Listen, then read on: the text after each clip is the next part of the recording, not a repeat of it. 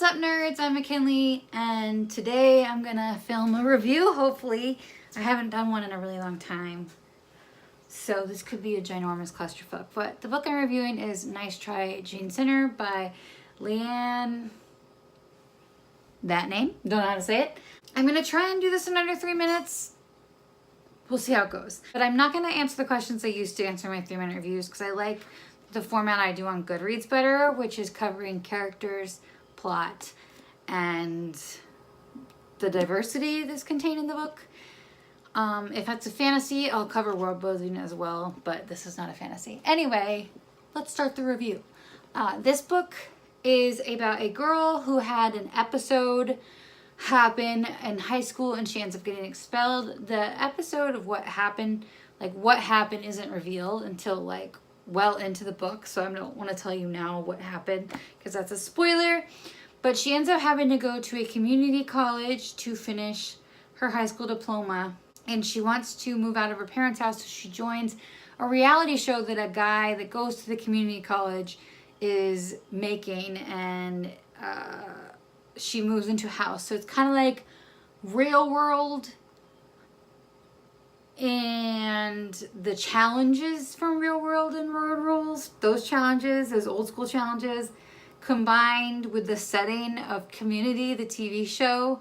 So many times she reminded me of the main character from Community, Joel McHale's character, because she just kind of looks down on community college, but not really. It's very similar to him, but the thing that reminded me most about Community is one of her teachers. He literally is obsessed with the community college. I think that their mascot was the hashtag, and it's just so reminiscent of Community that I think if you liked that show, you would like this.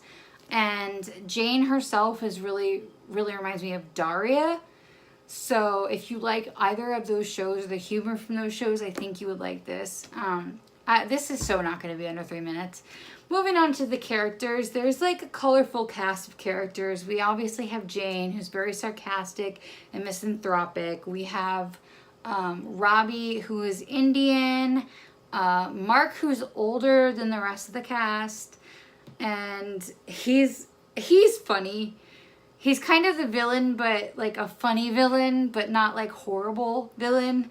And Chantel, she's not as big in the show, in the book or on the show, but I still thought she was a nice addition to have. And then you have Jane's best friend Bonnie, who's bisexual, and I wish Bonnie had been in it more, because I would have because she mentions her a lot, but you don't get a lot of interaction. It's very few scenes with Bonnie, and I would have liked to have had their friendship fleshed out more, and also her friendship with her sister Carol, who I really liked as well. I wish that one had been fleshed out a little more, but they're all really likable and funny characters. Oh, Alexander Park, he's the guy running the show, and his sister Jenna, and she befriends Jenna somehow before she even joins the show. I don't know if I missed how they became friends or if I just forgot by the time I finished it,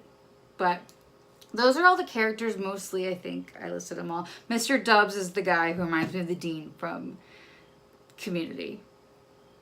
He's so funny.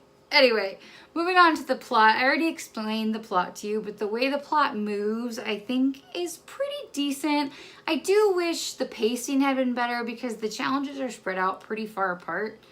And I also really wish that her depression, because she clearly has depression, I wish that had been explored more, but it's really not explored at all. And also Robbie clearly has OCD, and I wish that had been explored more. But other than that, within the context of the story, I understand why the characters I weren't in it more, like Carol and Bonnie. But I do think within the context of the story, we could have seen more about her depression. At one point she mentioned she finally started taking her meds. And Robbie, I just don't think has ever been diagnosed, but I think it's pretty clear he has it. But overall, I think that this is a hilarious story. It's pretty long too, but the way it reads, it's her journal. So when there's dialogue, it's just written out like that. So it reads pretty fast. And it's just a really enjoyable, funny contemporary that kind of addresses mental health. I wish it addressed it more. But it's like reading a reality show, but it's fiction, so you don't have to be like, what is wrong with these people? As far as diversity goes, obviously there's characters in here that are neurodivergent. There's a couple of Asian characters that are Korean. Robbie's Indian. Bonnie already said was bisexual. And those were all the diversities I noticed. But sometimes I miss things, so if you read this and I miss something, feel free to please tell me down below. But yeah, I think that's it for this review. I don't like to do very long reviews because I don't like to give a lot away.